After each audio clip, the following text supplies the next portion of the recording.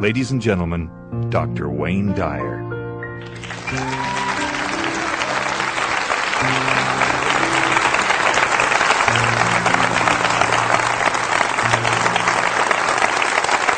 Thank you. Thank you. Thank you. Thank you. Thank you so much. You're very kind. I will be speaking this evening about something that's very dear to my heart. It's not really a canned speech. It's not something that I've memorized. I don't speak from notes. I speak from my heart about something that I work on each and every day in my own life. It is about a process that has been a growth thing for me. The idea of there being levels of awareness, ordinary human awareness, and higher levels of awareness are something that you can do a lot of reading about and you can study spiritual literature. But until you begin to put it into practice and live it each and every day, it really just is something that is distant and more academic. What I will be attempting to do here this evening is to share with you some very specific principles that I have studied and practiced with my family, with my wife particularly, and our children, and my extended family. I am not here to proselytize for any particular point of view.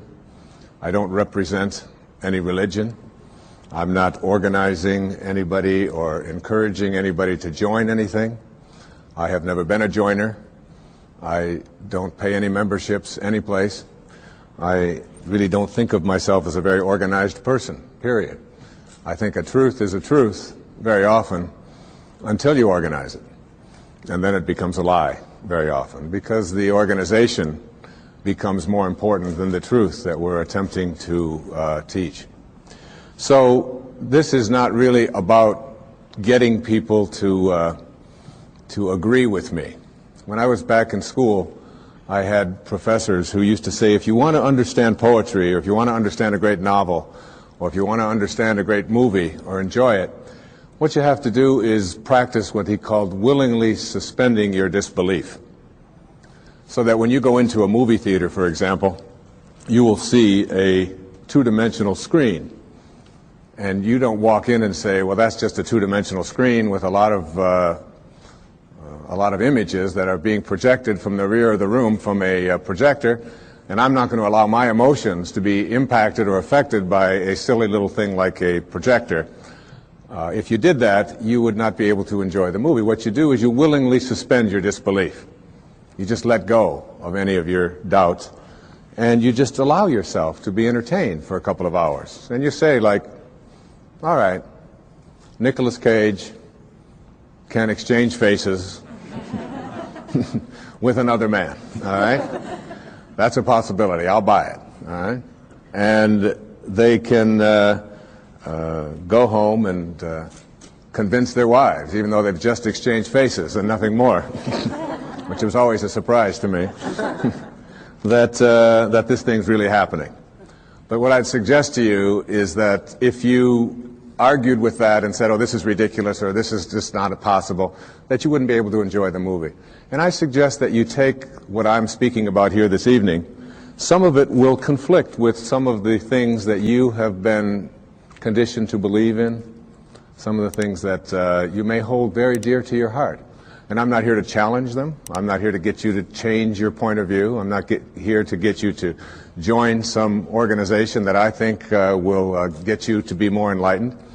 I'm just offering you what comes from my heart, principles that are involved in being able to reach higher and higher and higher levels of awareness, so that things like miracles and being able to attract into your life what has been missing up until now, the ability to heal yourself of perhaps diseases or processes of difficulty that you've never been able to handle before, the capacity to be able to create the kind of relationship that you would like to have, the ability to even get a job that perhaps you haven't been able to get, or to raise your level of prosperity, whatever it might be, to sell your home if you've been having difficulty doing that.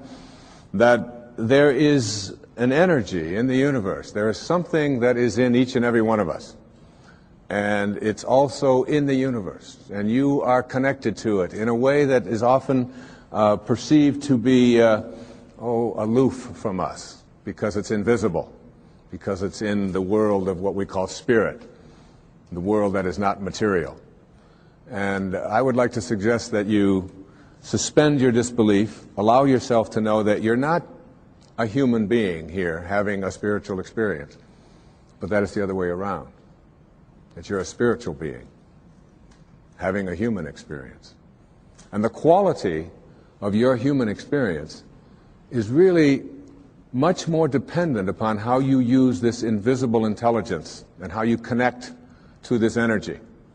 And once you have an awareness that you can never be separate from it, that you and it, and whatever you call it, it doesn't matter. It doesn't matter if you call it God, if you call it divine presence, if you call it soul, if you call it spirit, if you call it consciousness, if you call it Christ consciousness, you can call it Buddha consciousness, you can call it Louise, you can call it Edna, you can call it Ralph. Alan Watts once said that you can't get wet from the word water. It isn't the word that allows you to experience water. And whatever it is that you call it is something that is distinct from what it is.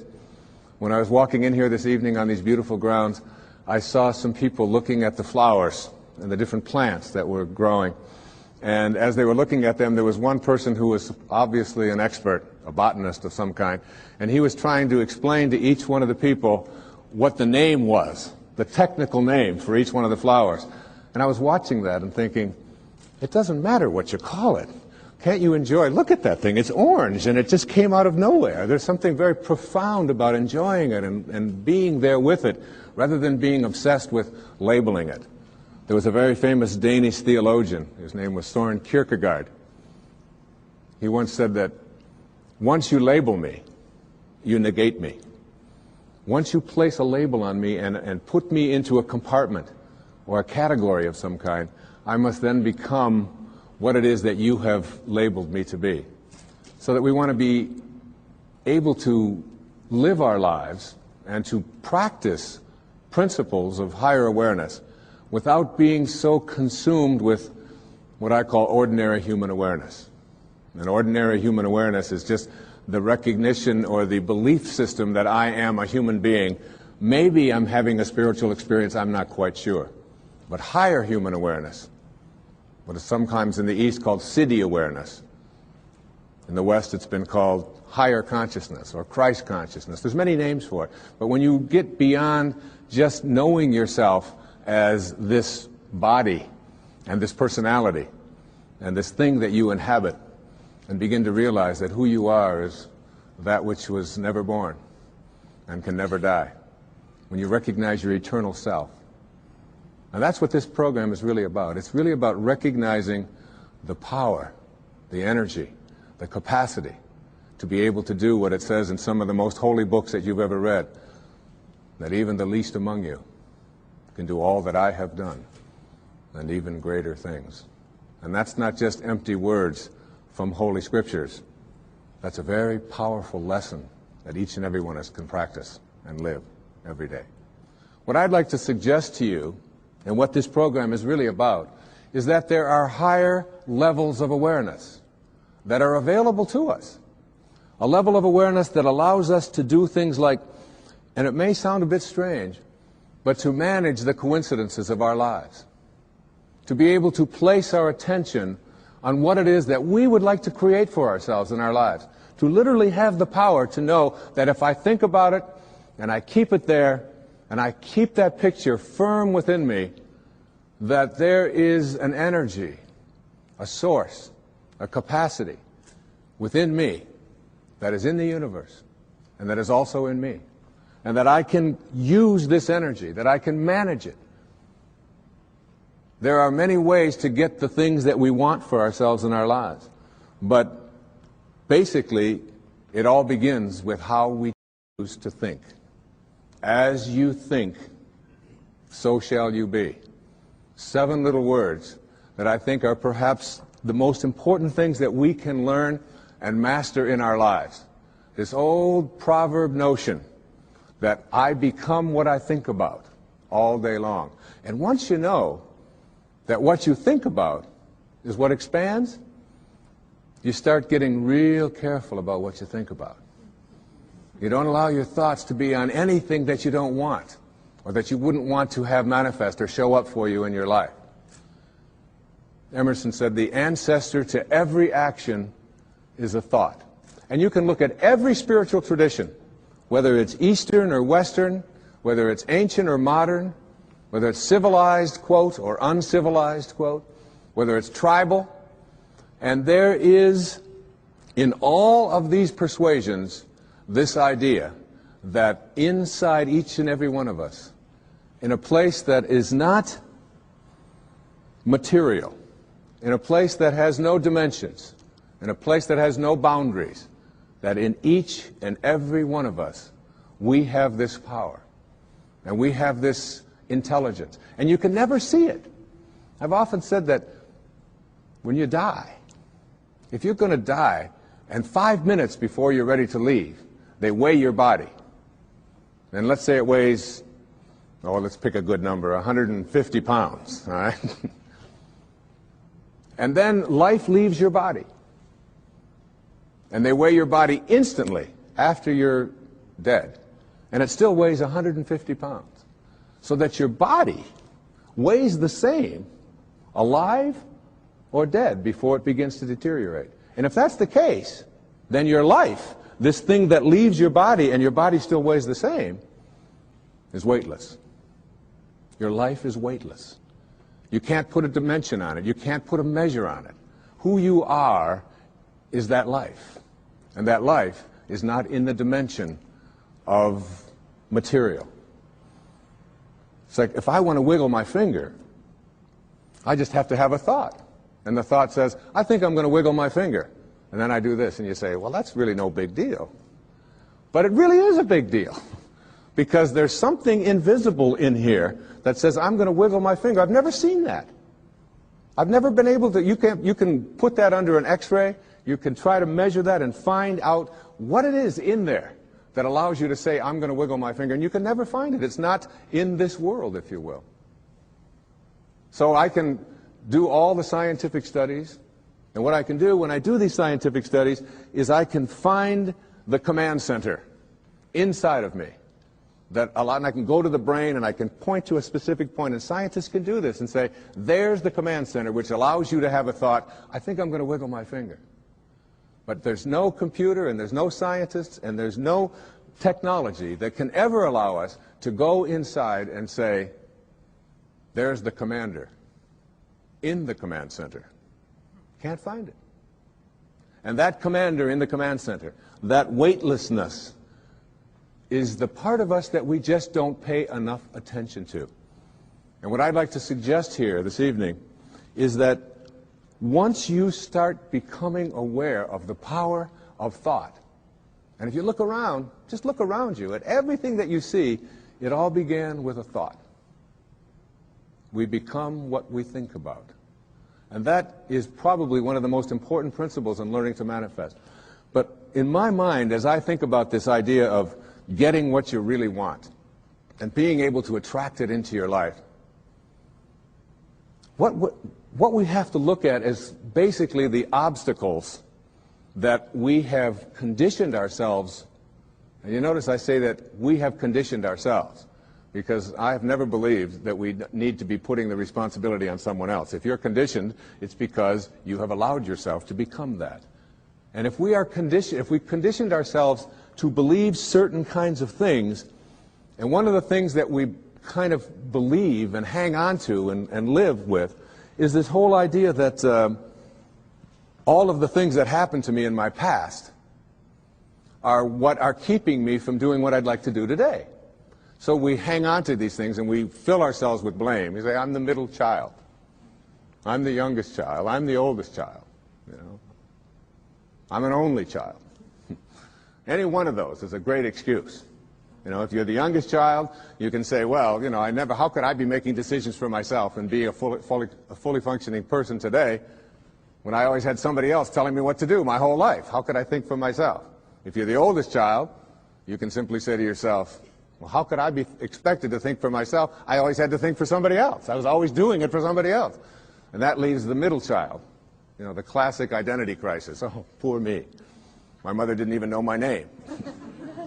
She was always calling me by this one's name or that one's name. So I don't know where I fit in. So that takes care of everybody except the only child. And of course, the only child, well, your parents looked at you and said, we won't be doing that again. You have to live with that, I don't. So everybody, with their birth order, or with their mother liked their sister better, or that we had enough, or we didn't have enough, or we had too much, or we lived in the north, we lived in the south, I'm too tall, I'm too short, I've got too much hair, I don't have enough hair, it's falling out, it's not falling out, whatever it is, we all have these excuses. And I call all of these things that we hang on to and use to keep ourselves from reaching these higher places in our lives, the wake. I call it the wake.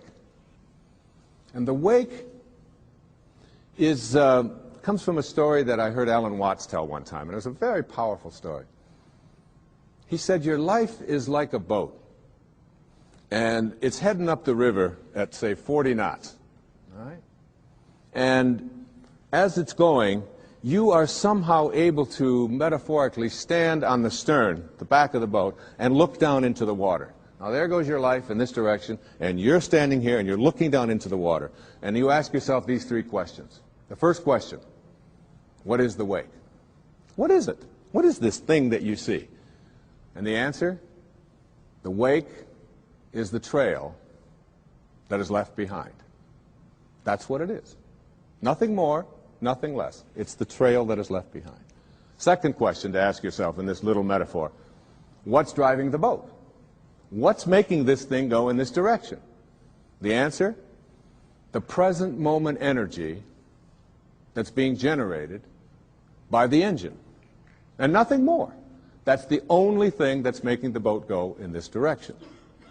And in this little scene, this means it's the present moment thoughts that I have and how I am using them that is making my life go in this direction, and nothing more.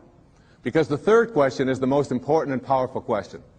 And ever since I heard it, I've always thought about this whenever I have a tendency to look back here and blame something. Is it possible for the wake to drive the boat? That is, can a trail that is left behind make a boat go in this direction? And of course the answer to that is no. It can't. It's just a trail that is left behind. And in that trail, there are an enormous number of things, and every one of us has a wake.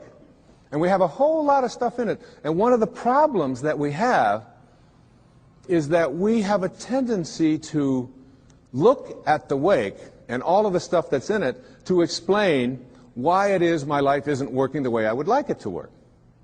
So that you can take a look at the experiences of your life. I look at the experiences of my life. In the experiences of my life, I spent some years in a series of foster homes. People have said to me, oh, living in a foster home, that must have been terrible. I said, no, it wasn't terrible at all. When you're 6 years old, you don't wake up every day and say, oh my God, I'm living in a foster home, isn't this awful, poor me, how come me and nobody else? You don't do that. You don't do that till you're 40. And when you're 40 and your life isn't working and you're bankrupt and you're a drug addict and you're falling, your relationships are all falling apart and your family's leaving you, and you say, why is this happening to you? You say, what do you expect from me? I had to live in a foster home. My mother liked my sister better. We were too this, we were too... And so it's like we take a look at all of these things in our wake. And I'm not saying here that you shouldn't be in touch with your past and all of the things that are back there, but to use it as excuses for why you can't get where you'd like to get today is something that if you do that, you will never get to this place that I'm talking about in this program, which is this place that I call higher awareness, way beyond ordinary human awareness. One of the most powerful lessons that you can ever learn. I had to learn as a young man. My own father was a man who walked away. He left. He left home when I was just a baby. Left my mother, who's sitting right here,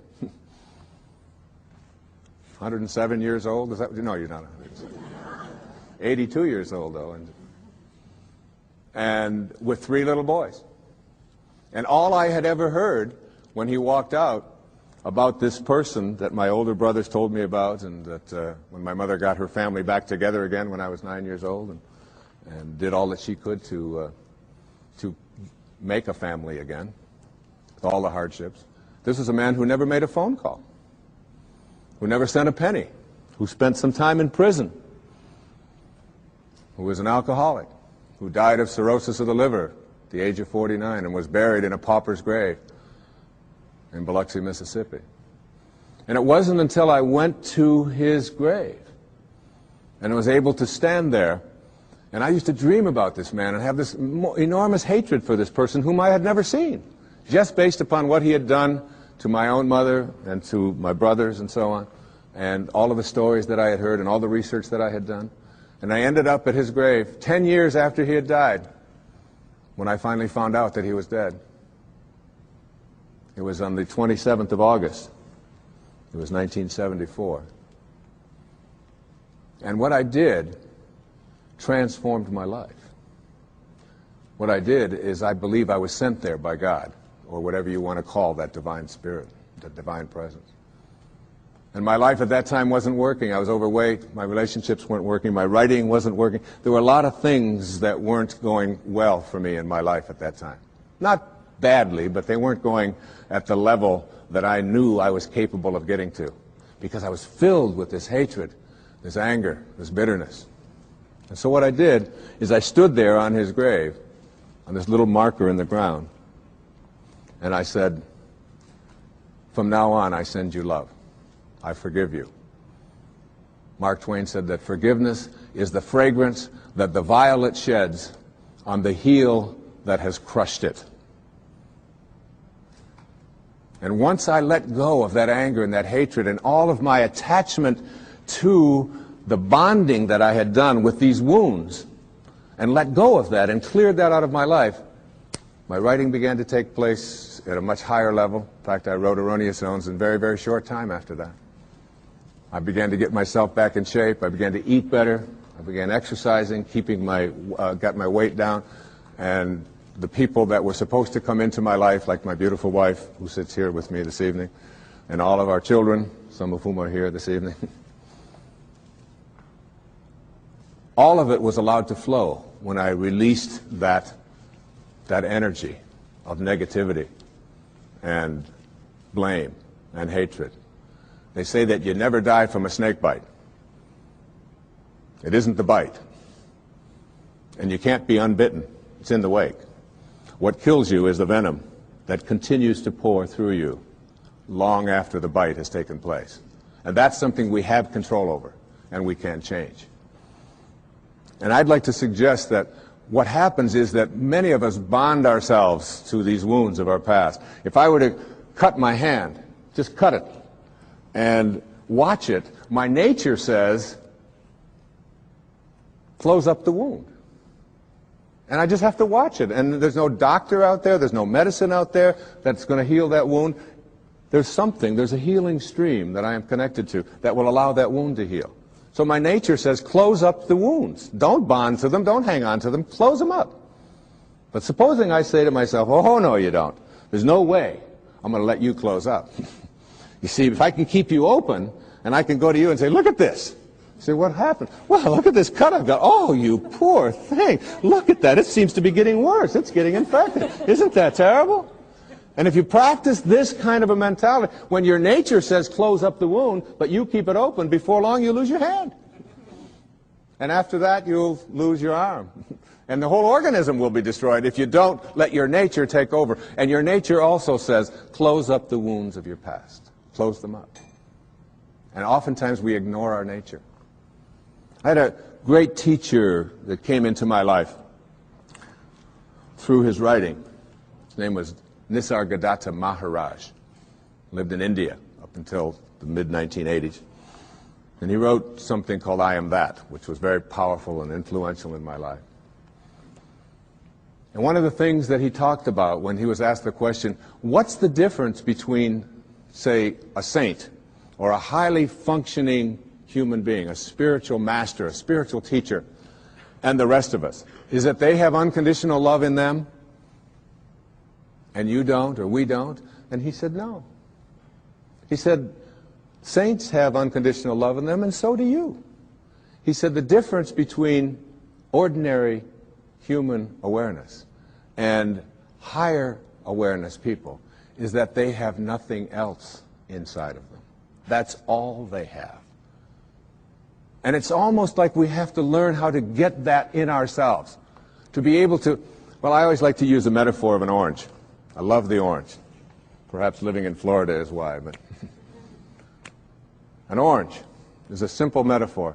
You take this orange and you squeeze it as hard as you can squeeze it, and you ask yourself, what will come out? And what comes out when you squeeze an orange? Orange juice. Never, no matter how many times you squeeze it, will apple juice come out. There's no mistakes. You'll never get grapefruit juice out of this thing, ever. The only thing you'll ever get out of it is orange juice. And the next question is why? Why when you squeeze an orange, as hard as you can squeeze it, does orange juice come out? And I asked that question up in Toronto one time, there's a little girl sitting right in the front row. She said, that's dumb. She said, that's what's inside. It has to come out. I said, well, that's the answer. You are really smart. And she smiled. She thought that was great. But that's the truth. The reason that orange juice comes out when you squeeze it is because that's what's inside. Now you extend the metaphor and someone squeezes you. That is, someone says something about you that you don't like. Someone behaves towards you in a way that you find offensive. Somebody does something or says something to you that you feel hurt by. And out of you comes anger, hatred, bitterness, tension, fear, anxiety, stress. And immediately you say, the reason that comes out of me is because of how he said it, or the way that she said that, or because they did that. But the truth is, the reality is, that what comes out is what's inside. And if you don't like what's inside, you can change it. Now, if you ask me, how does orange juice get inside of an orange? I would say, I don't know. I can't figure it out. That's a mystery to me. I just enjoy the oranges of my life and give God the credit for that. A lot of people think that other things make them the way they are. They will blame their past, they'll blame their parents, they'll blame the economy, they'll blame the Ayatollah, they'll blame somebody for things that are going wrong in their life. And one of the favorite things that we have to blame for why I'm upset at a particular moment is something called traffic. Traffic made me upset. And I've always reminded myself when I'm in a jam or when I'm on the freeway and I'm trying to get someplace, that traffic doesn't care. That you have within you the opportunity in this moment to really work on these things that are perhaps debilitating or creating anxiety or stress in your life. That these are tests, these are opportunities for you. Traffic doesn't care. Your anger is your choice, and you can always choose to be happy, angry, depressed, miserable, upset, or you can choose to be fulfilled and do something positive in this moment. It's always up to you. I'd like to give you what I think of as the great spiritual teachings of many various persuasions. There's a story that summarizes it. It's the story of what I call the four philanthropists in a village. The conquerors had come through, and they had taken all of the men, or many of the men who were warriors at the time, and they had placed them into this prisoner of war camp right in the village. And many of the villagers knew that their compatriots were imprisoned.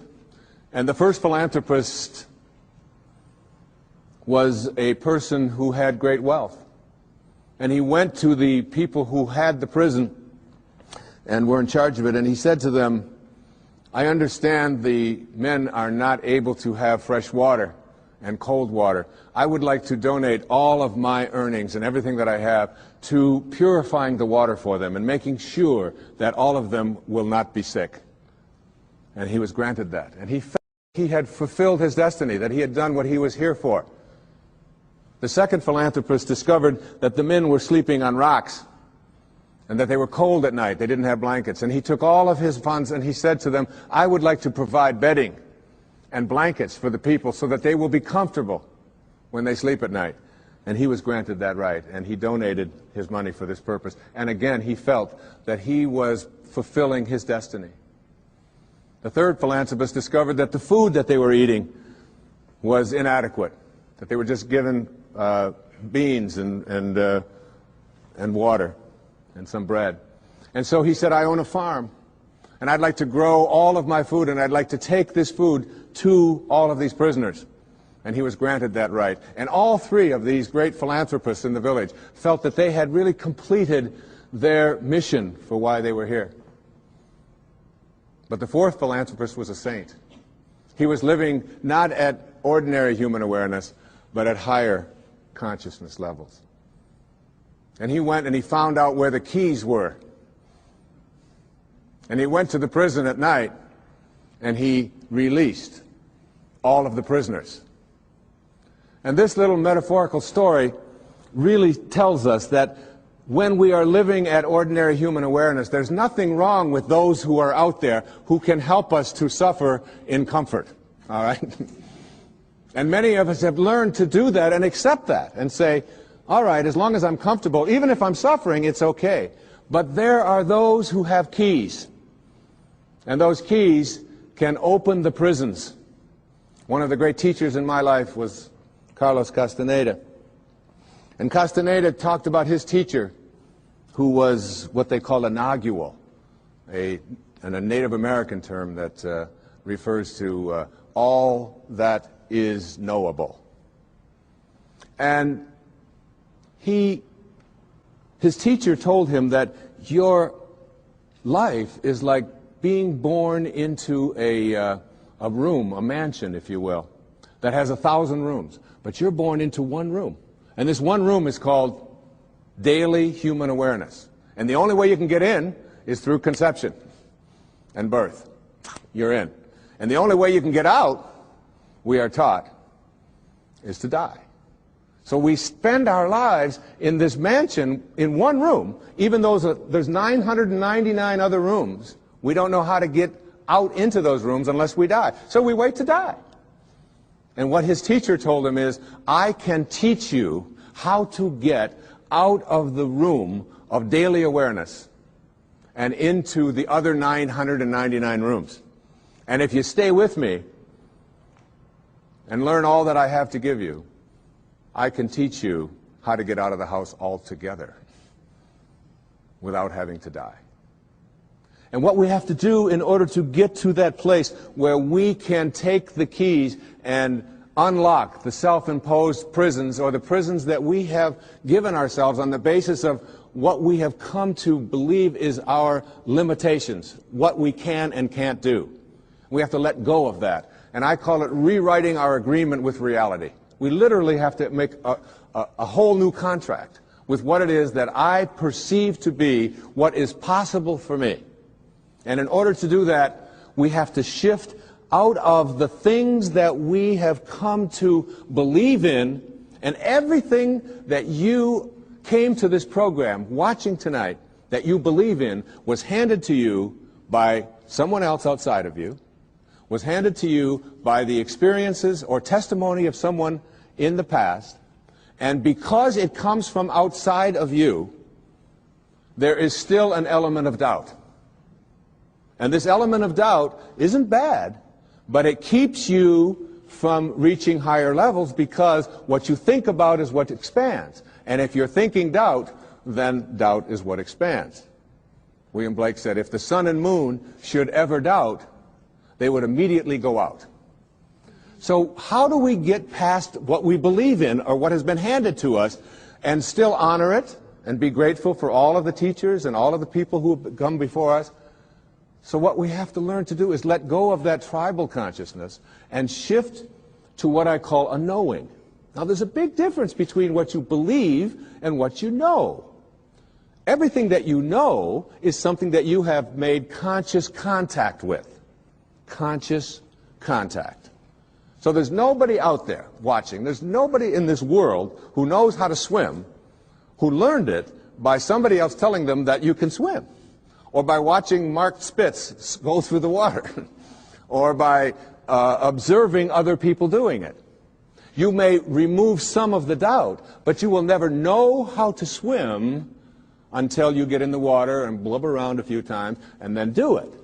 And then you'll have a knowing, and that knowing is something that you'll never lose, just like riding a bicycle or dancing the Macarena or making a lemon meringue pie or anything that you know how to do. It's because you've made conscious contact.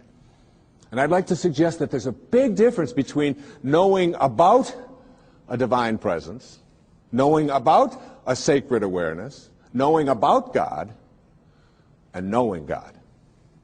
There's a big difference. Just like there's a big difference between knowing about the possibility of being able to heal myself of something that is bothering me, perhaps a disease process. I perhaps may believe that it's possible because I've read other people and I've heard others say it. And I've read the testimony and I've listened to the tapes and I've gone to the seminars. But until you have made conscious contact with it, you'll never know it. And I'd like to suggest there's a wonderful poem. I'd like to share this poem with you. It's written by a wonderful woman. Her name is Valerie Cox. And she lives up in Seattle, and she's written quite a bit of poetry. This particular poem really speaks to me to the difference between what you know and what you believe in. Immerse yourself in these words. A woman was waiting at an airport one night with several long hours before her flight. She hunted for a book in the airport shop, bought a bag of cookies, and found a place to drop. She was engrossed in her book, but happened to see that the man beside her, as bold as could be, grabbed a cookie or two from the bag between, which she tried to ignore to avoid a scene. She munched cookies and watched the clock as this gutsy cookie thief diminished her stock. She was getting more irritated as the minutes ticked by, thinking, if I wasn't so nice, I'd blacken his eye. With each cookie she took, he took one too. And when only one was left, she wondered what he'd do. With a smile on his face and a nervous laugh, he took the last cookie and broke it in half. He offered her half as he ate the other. She snatched it from him and thought, oh, brother, this guy has some nerve, and he's also rude. Why, he didn't even show any gratitude. She had never known when she had been so galled, and sighed with relief when her flight was called. She gathered her belongings and headed to the gate, refusing to look back at the thieving ingrate. She boarded the plane and sank in her seat, then sought her book, which was almost complete. As she reached in her baggage, she gasped with surprise. There was her bag of cookies in front of her eyes. I love that. I love that. If mine are here, she moaned with despair, then the others were his, and he tried to share. Too late to apologize, she realized with grief that she was the rude one, the ingrate, the thief, the cookie thief. And all of us in some ways are cookie thieves. I have 8 beautiful children. Our youngest little girl's 8 years old. One of the things that you do when you become enlightened and become a guru, like me, that'll be the day, is when we place something that is important to know where it is, we practice mindfulness so that we never misplace anything. So obviously, having reached this exalted level of awareness in my home with my 8 children, I never misplace anything. So I place my keys right here in a certain spot. But my little girl has this wonderful habit of taking my keys and hiding them on Daddy in the morning so that she can watch me flip out as I look for the keys. And I'll say, Sage, how many times has Daddy told you, don't hide my keys in the morning? Daddy, you told me not to do it. I don't hide your keys anymore. Come on, where'd you put my keys? The last time they were in your dollhouse, where did you put it? Daddy, you told me not to do it. And then, of course, my 12-year-old daughter, Serena, loves to just assume this stance. She's watching me raise my voice. She'll say, me raise my voice, she'll say, I wonder what all those people would think of Mr. Positive if they could see him right now. Get lots of reminders. So I give up. I say, look, when I come back out here, I want those keys here. And I go back and I get my clothes on and I reach in my back pocket, and there are my keys. Right where I had left them the night before, in my pocket. And there's a fine line, I think, between being a guru and being a jerk. All right? And I probably crossed that line more times than I should be admitting here on television. But this idea of being a cookie thief and creating a knowing is something. I did a benefit along with my wife a couple of years ago with a man on Maui whose name is Michael Knopf, who had been injured in an accident. He's a quadriplegic or paraplegic. And at that meeting, when it was over, there was a man who lived on another one of the islands who was known as a kahuna, a healer, an ancient healer from Polynesia. And he was introduced to me, and he said that was a nice talk and so on. And I said, how do you get to be a kahuna? You know, do you take Kahuna 101? I mean, what courses do you take? How does this work out? And he said, no, he said, kahunas are raised to have no doubt. To have no doubt. To have a knowing. And he said, when a knowing confronts a belief in a disease process, the knowing will always triumph. And that knowing is something in which you say, you are healed, and healing takes place. One of the great stories of knowing is, again, with our little girl, Sage, who we were spending the summer in our summer home, and we went to visit this dermatologist. And Sage has had this thing called flatwarts for the last, well, since she was 2.5 years old. From 2.5 until 7, which is over 4 years, she had these flatwarts, and not only did she have them around her face, around her mouth, and around her nose, but they were getting worse. They were moving up, and they were getting up around her eyes and so on, and we noticed that they were getting progressively worse, even though all of the places that we had taken her had said, they will go away. She'll outgrow them. But it didn't seem to be that way, and they always said it would be a few months. Well, years had gone by, and she still hadn't. So we were over at my friend's, this dermatologist in Kihei, and I said, Kenny, as long as we're here, would you mind taking a look at Sage? And my wife was there, and he took this big white light, and he put it in her face, and he said, you've got flatwarts. She hates that term. She never wanted to call them flatwarts. She calls them her bumps. All right? She just called them her bumps. So he said to her, but the good news is that when you get married, you won't have them. Well, she's 7.5, going, oh, who's this dork you've got me talking to now? And then he said to her something. He said, you know, we can't burn them off, and there's no medicine that we can give them. But he did say something to the effect that the ability to rid yourself of these things is within yourself.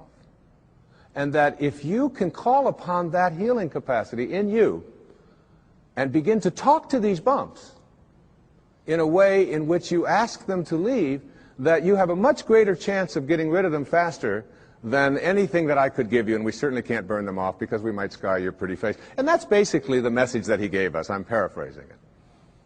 So we went back that night to where we were staying, and there was a whole bunch of kids there, as there always are when we're staying, and all of their friends were there. And we walked into the bedroom, and it was late at night, and over in the corner, on her air mattress, was Sage. And she had the blankets pulled up over her head, and she had a flashlight underneath the blankets. And I went over and I lifted up the blanket. I said, honey, is everything all right? She said, shh, I'm talking to my bumps. And I left the room, and I came into my wife in the other bedroom, and I said, honey, you're not going to believe this, but Sage is in there talking to her bumps. Isn't that great? The next night we did the same thing. That was the second night. The third night, the same thing. Now that was Thursday. On Friday, this happened on Monday. On Friday, as God is my witness, on television, every single one of those bumps was gone and has never reappeared since. A knowing. You see, there is a stream of healing that is something that we can plug into. It's very much like electricity. People say, well, in ancient Greece, there was no electricity. There was electricity. We just didn't plug into it. That's all. And there's a stream of healing. And when we go into that stream of healing with a knowing, we go to a higher level within ourselves. And we don't allow any doubt in. Basically, in every single one of us, every human being out there, there are two of us. There's two people. The first person in each person is called the ego, or I call it the ego. E-G-O. Earth Guide Only. All right? This is the part of us that says who I am is separate from you, separate from God, separate from my environment, and therefore I'm in competition with, and my value is based upon how much I get, how much my stuff is worth, how much better looking I might be, or how much more attractive I might be, how much more money I might have, the value of my possessions, and so on. What is mine? So it's not mystical awareness which says I am connected. It is that individual lower level of awareness which says my ego. This is mine. Also in each and every one of us there's another person. And this other person is called what I call the sacred self, or the higher self.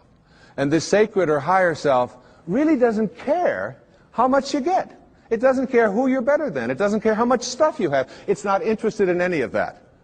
The problem is that we very seldom listen to it. We pay very little attention to it. This higher or sacred part of us wants only one thing.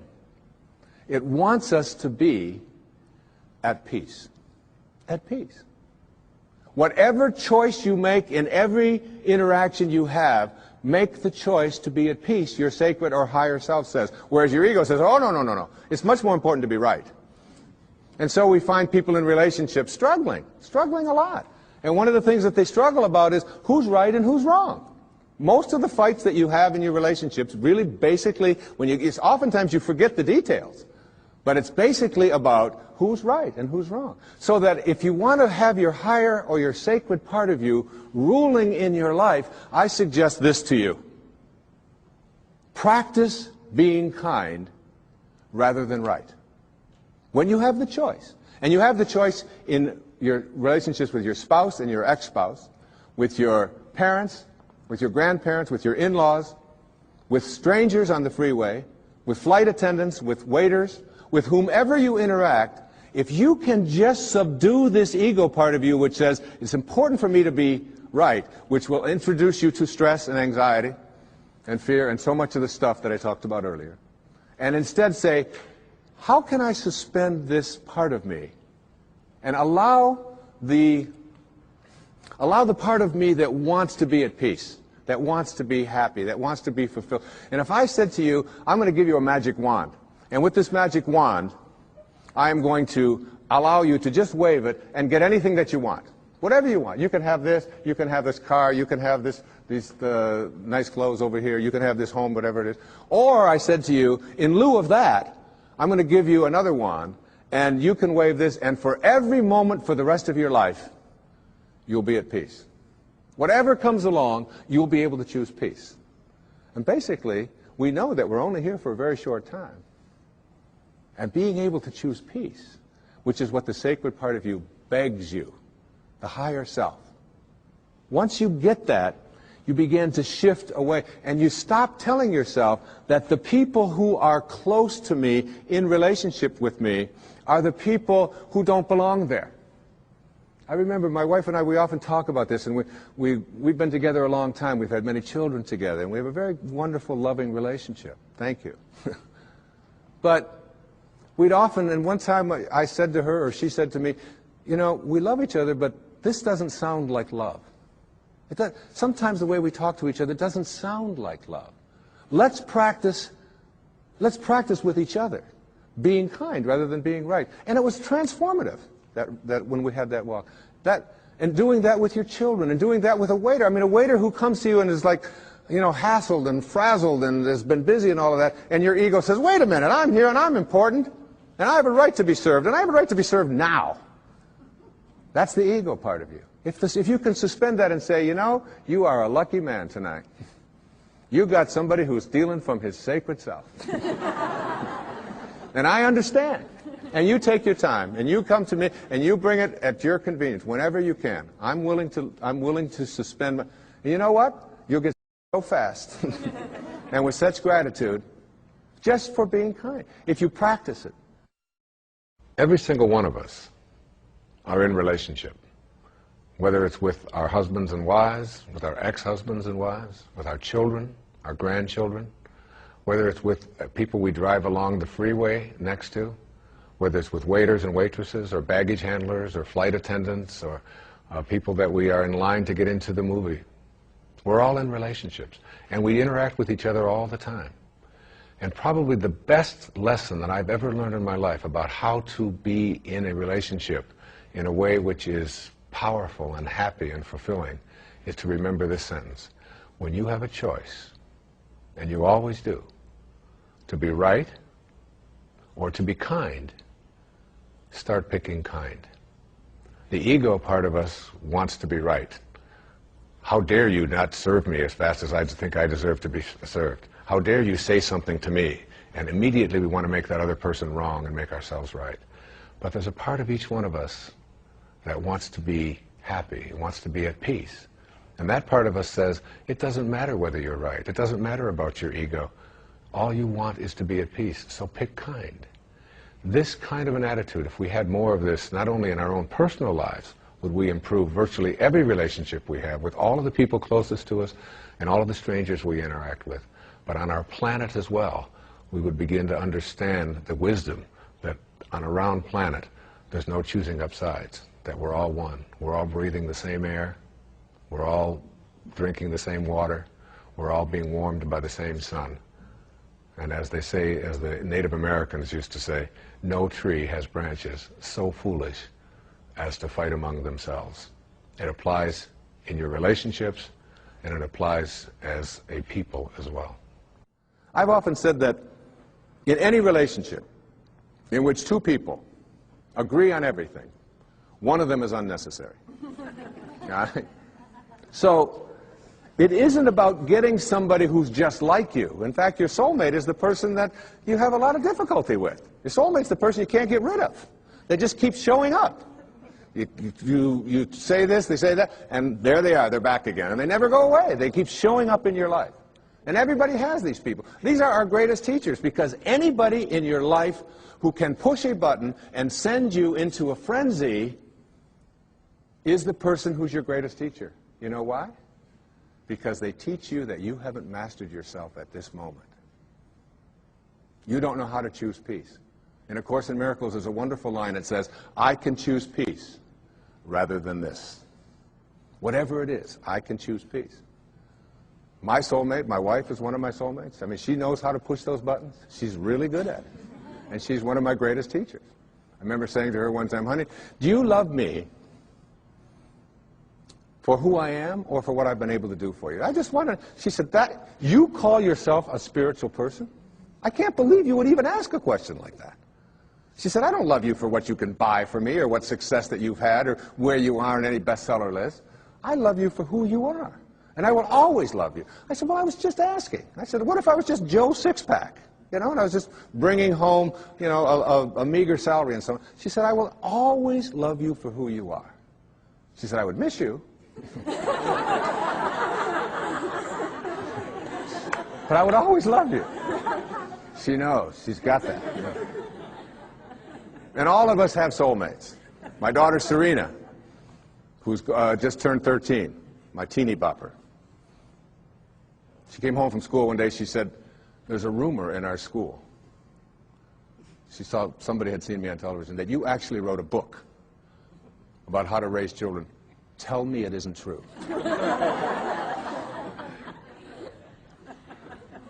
I said, honey, you can come and hear me speak. Would you like to come and hear me speak? I said, people actually pay to hear me speak. She said, why? Well, she's got that, all right? But her soulmate is her sister Summer, who is now almost 15. But when Serena was 12 and Summer was 14, my wife was away working on a book of hers, and I was taking care of everything at home while she was working on her book about a spiritual approach to childbirth and infancy care. And she's as qualified as anybody to write about that, I can tell you. And I was making breakfast. I was making waffles for them in the morning at the toaster. And she mixes all this stuff up. It's a lot easier to just put them in. And Summer and Serena were sitting at the back table in the kitchen. And I heard Summer say to Serena, out of nowhere, about 6:30 in the morning, if you didn't have any feet, would you wear shoes? And I turned around, I said, where is this going? And Serena went, that's ridiculous. What do you mean if I didn't have any feet, would I wear shoes? She said, of course not. And Summer said to her, then why are you wearing that bra? Everybody's got a soulmate. Stormed out of the room. It was all. But it isn't the people who agree with us. It isn't the people who tell us the right thing. It isn't the people who always find us, you know, just perfectly smelling good and so on. There is an element of understanding that everybody who shows up in our life has something to teach us. Many people have said to me that they have observed in my writing and in my teaching over the years that I have changed. I've evolved, if you will. That when I first wrote Erroneous Zones and Pulling Your Own Strings and books like this, that I was really talking about something much different than I'm talking about today, which is spirituality, higher awareness, higher consciousness, and it's true. Because one of the great teachers, again, in my life was Carl Jung. And in Modern Man in Search of a Soul, he said that there are archetypes, there are stages that we go through when we reach adulthood. He said those stages work like this. He said it starts out with the athlete when you reach adulthood. And he called it the athlete, not as a put-down of athletes, but as the time in our adult life when our primary emphasis is on our body. What it can do, how strong it is, how fast it can run, how much it can lift, how beautiful it is, and so on. And we believe that we are a body, if you will, perhaps with a soul. He said the second stage is what he called the stage of the warrior. And this is the time in our adult life when we take ourselves out of our physical self, if you will, and we take this body out into the world, and we do what warriors do, which we attempt to conquer, we attempt to defeat, we attempt to get as much as we can. It's the age of the ego. It's the time when we're saying, what are my quotas? What's in it for me? What can I get? And we go through that stage. And I believe that I was writing earlier in my life to teach people how to be better athletes and better warriors, because that's where I was in my life in those days. And the shift has taken place for me as well. Jung said that the third archetype is what he called the archetype of the statesman or the stateswoman. And this is when we finally get to a place in our adult life when we stop saying, what's in it for me? How much can I get? How much can I accumulate? And we begin to ask the question, how may I serve? What are your quotas? And serving others becomes much more important than our own egos, until ultimately we reach what he called the stage of the spirit, the archetype of the spirit, when we finally begin to recognize that this is not our home. What it means in the holy books when it says, you are in this world, but you are not of this world. And these four stages represent also where we can look at our own self. How am I doing going through these? To what extent do I find myself consumed with my own quotas? What's in it for me? How much can I get? And ask ourselves that question as we begin to interact and deal with other people. Being able to manifest, being able to attract into our lives what it is that we'd like to attract into our lives boils down to a formula that I'd like to share with you here this evening. And this formula is one that everyone that I know who is able to get things into their life practices this. I call it the 4 reallys. All right? So that what you really, really, really, really want, you will get. And these 4 reallys each of them stands for something. And if you look at people who are good at, some people call them lucky, some people call them highly spiritual, whatever it might be, but they are good at getting what they want in their lives. And here are the 4 reallys. The first one says, I wish. So what you really wish for, everything that you'd like to get into your life starts with a wish. It's a thought. I wish I could get that job. I wish I could get that promotion. I wish I could lose weight. I wish I could get rid of that addiction that I have. I wish I could, whatever. It's a wish. So what you have to start with a wish. The second really stands for what you desire. What you really wish and desire. And the difference between what you wish for and desire is in what I call asking. Ask and you shall receive. Ask and you shall receive. It's not empty words. Be willing to ask. When I get stuck sometimes writing and I'm just not quite sure where to go or whatever, I just leave the typewriter or I leave the yellow pad that I'm writing on. I walk over to the couch and I get into a meditation and I say, I would like some help in having this become clearer as to how to express it. And it's always there. Sometimes the phone will ring. And my wife will call and she'll say, did you know that this was in the mail? And I'll say, read it to me, and it'll be exactly what I needed. Sometimes it just comes in the thing that I call an intuition or an insight, whatever it might be. The third really stands for what I intend. So now you shift away from what I wish for and ask for, and you frame it in such a way that you intend to create it.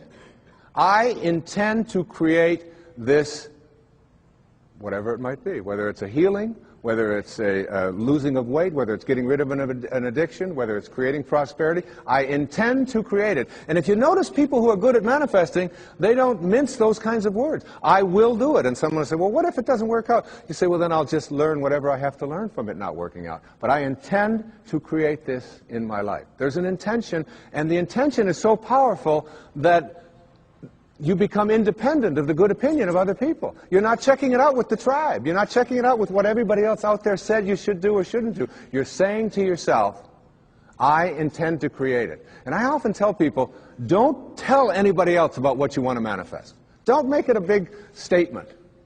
Instead, keep it to yourself. And they say, why do you want to say that? I say, because the minute that you do, you invoke ego.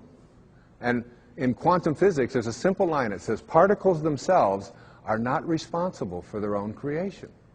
Another way of saying that is the way St. Paul said it. That which is seen, he said, hath not come from that which doth appear. That is, the source of everything over here, it's not over here. It's in this invisibleness. And once you invoke ego, you have to defend it, you have to explain it, you have to get the tribe involved in it, and before long, you've lost the capacity to manifest. It's a spiritual journey. Inspiration, in spirit. When you're inspired, in spirit. The fourth really stands for passion. Passion. That is, I am absolutely passionate about it, and I intend to create it with that love. One of the great books that one of my teachers sent to me from ancient India, written like 3,000 years ago, has a line in it that says, to attempt to manifest what you want without passion is like dressing up a corpse. So you take this corpse, and you put a tuxedo on it, and you dress it all up, and you put all the makeup on it, and you take it out into the world, and you say, now, see what you can get for me. But basically, it's dead inside. And if it's dead inside, that is, if it lacks passion, if you lack passion, you're not going to be able to attract it into your life. So what you wish for, ask for, intend to create, and have passion about, you'll get. You'll get it. That's the good news. The bad news is that what you really, really, really, really don't want, you will also get. And this is one of the most difficult things for people to understand. And when you're dealing with the tribe and you're dealing with what is and what everybody else tells you is impossible, and somebody might be watching this and say, well, that's just a lot of nonsense. I mean, you can't just put your attention on something, think about it, and have it come true. It involves a whole lot of other stuff like that. You see, here's how it works. You cannot attract thin from I hate being fat. Because if what you think about is what expands, and what you're thinking about is hating being fat, then hating being fat is what you will continue to manifest. You act upon what you think about. You cannot attract prosperity from an inner consciousness that says, I hate being poor, I despise being poor. Because if you despise being poor, if you're angry about being poor, then being angry about being poor, or despising it, is what you will continue to act upon, and you'll be able to say, see? Now it gets worse. You cannot manifest what you want if your attention is on what is. If your attention is on what is and the circumstances of your life, that's where your thoughts are, then you will continue to create what is into your life. You've got to figure out a way to get your mental images, your energy, your attention, your higher awareness off of what is and onto what you want. And every time your thoughts are on what is, you shift it to what do I want? And it's even worse than that. You cannot manifest what you want if your attention is on what always has been. This is the way things are. You'll hear people say it to you all the time. These are the circumstances of life. Don't you understand? This is reality. Wake up. These are the way things have always been. There's always been poor people. You're one of them. That's just the way it is. And you watch that person, and being poor continues to manifest into their life. If you keep your attention on what always has been, then what always has been is what you'll continue to manifest. As you think, so shall you be. These aren't empty words, folks. This is reality. And the worst and ugliest of all is this. You cannot manifest what you want into your life, no matter what it is, if your attention is on what they want for you, or what they expect for you, or what they tell you are your limitations, or what you can do. Because if your thoughts are on what they want, you cannot put your attention on what you want. What they want will continue to manifest. And you might be in a tribe that always turns left. And all you want to do is make a right turn. And you go to all the tribal elders and you say, look, I just want to make one right turn. And they say, wait a minute. In our tribe, we only turn left. We've always turned left. That's the way this tribe has always been. And so they will have an emergency meeting. And they will convene all of the elders to get you to come to your senses.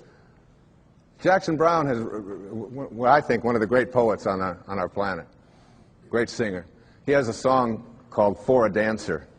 In there are words to this effect. He says, just do the steps that you've been shown by everyone you've ever known until the dance becomes your very own.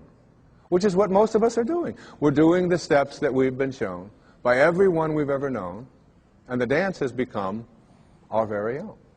And later on in the song, he says something to the effect of, into a dancer you have grown from the seeds someone else has thrown. Go on ahead and throw some seeds of your own somewhere between the time you arrive and the time you go home. And then the kicker, it always gets to me when I listen to this song. He said, because in the end, there is one dance you'll do alone.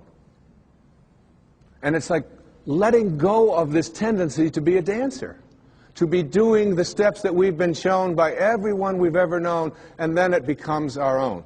And then we pass it on, and we pass it on. To break that chain, we have to shift our attention off of what we don't want and onto what we do want.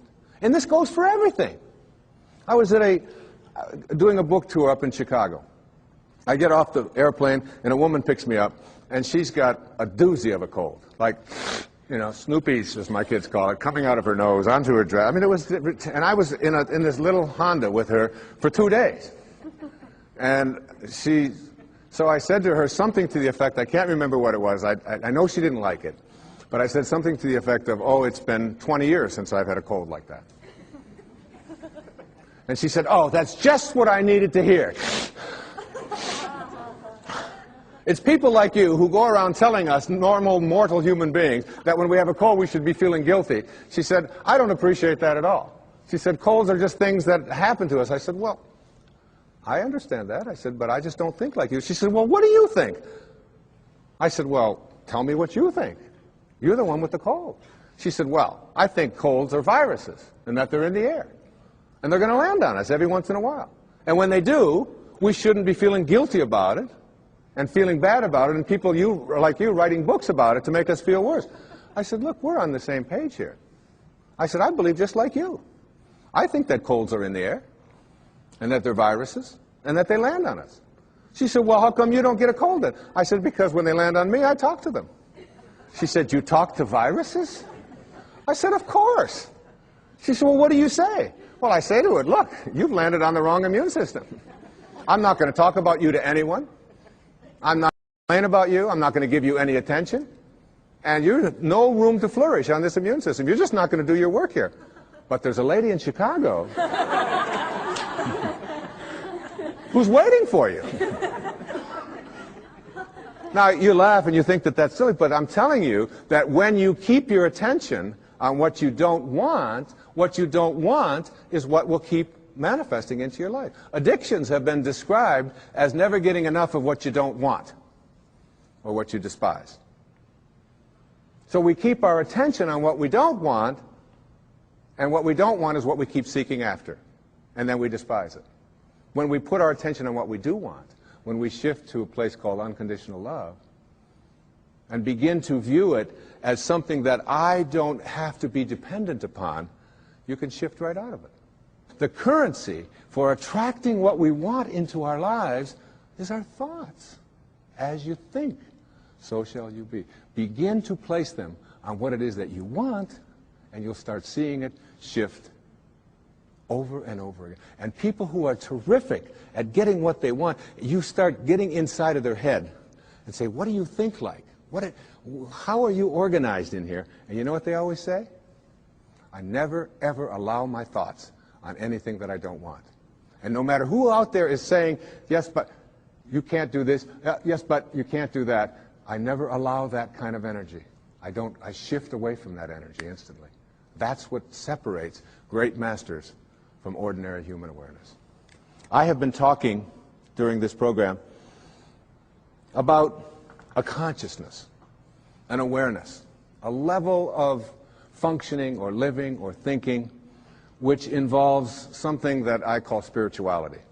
It isn't restricted in any religious way. It is a divine intelligence, an organizing intelligence that is everywhere at once. Some people call it God. Some people call it soul. Some call it spirit. Back in the times of slavery, there was a young man. His name was John Newton. He was 23 years old. And he had what is called in Japanese, it's called, excuse my Japanese, but it's called satori. I love to say that. Satori, S-A-T-O-R-I. And it means instant awakening. The idea that you can create something in your life now. In Zen, they have a proverb that says, when the student is ready, the teachers will appear. So it's just being ready.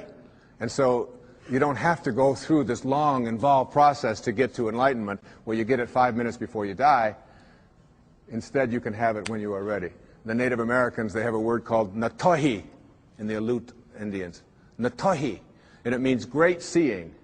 Like I don't see, and boom, there it is. I see. And it's like in a dream when you just have this awakening, this light goes off and you just know. It's intuition, if you will.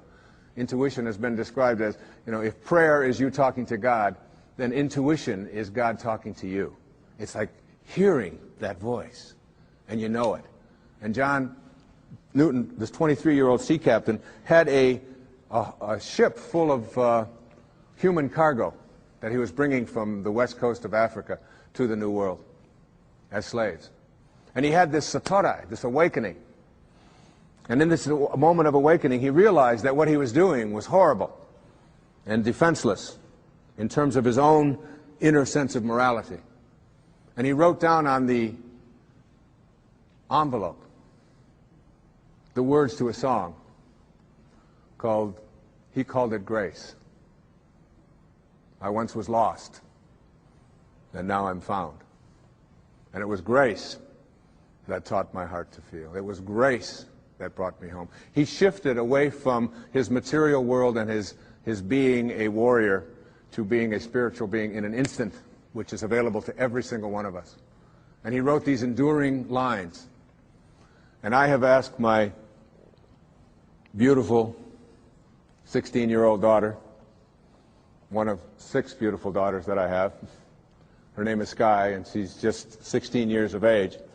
And she really, in my heart, I've often said to my wife that Sky is just about one of the nicest human beings I've ever known. The fact that she's my daughter, I know may sound like it's prejudiced, but this is a person who comes every night and says, I love you, to not only my wife and to myself, but all of her brothers and sisters, who is kind beyond anything I could ever imagine.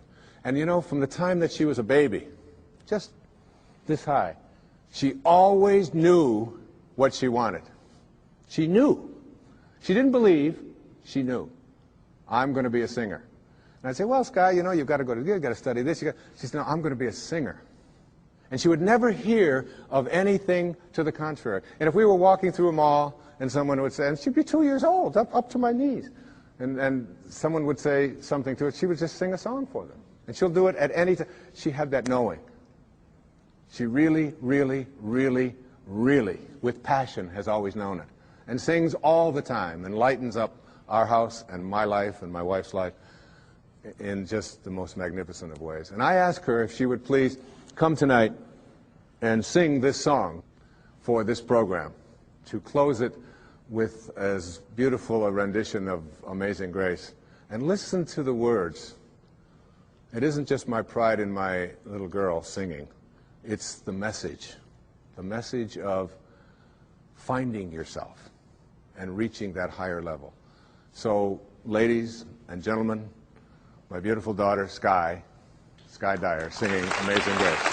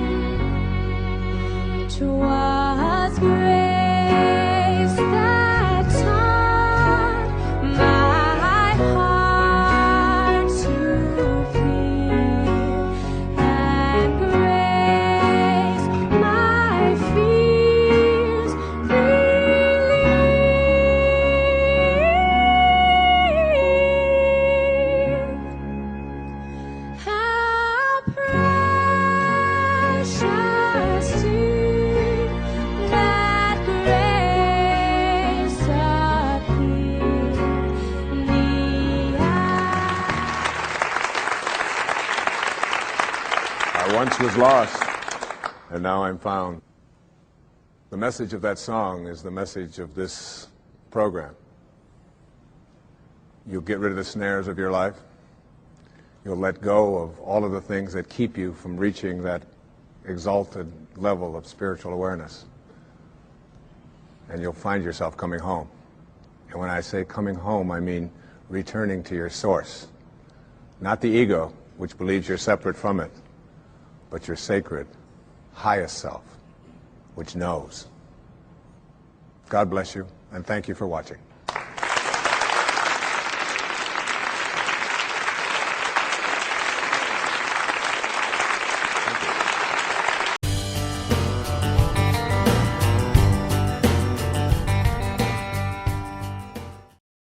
Ladies and gentlemen, Dr. Wayne Dyer.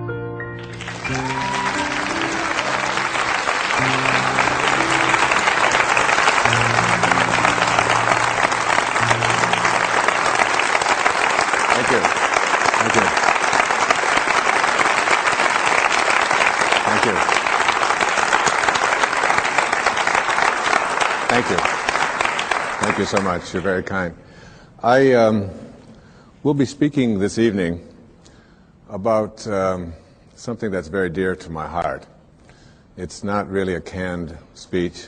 It's not something that I've memorized. I don't speak from notes. I speak from my heart. about something that I work on each and every day in my own life. It is about a process that has been a growth thing for me. The idea of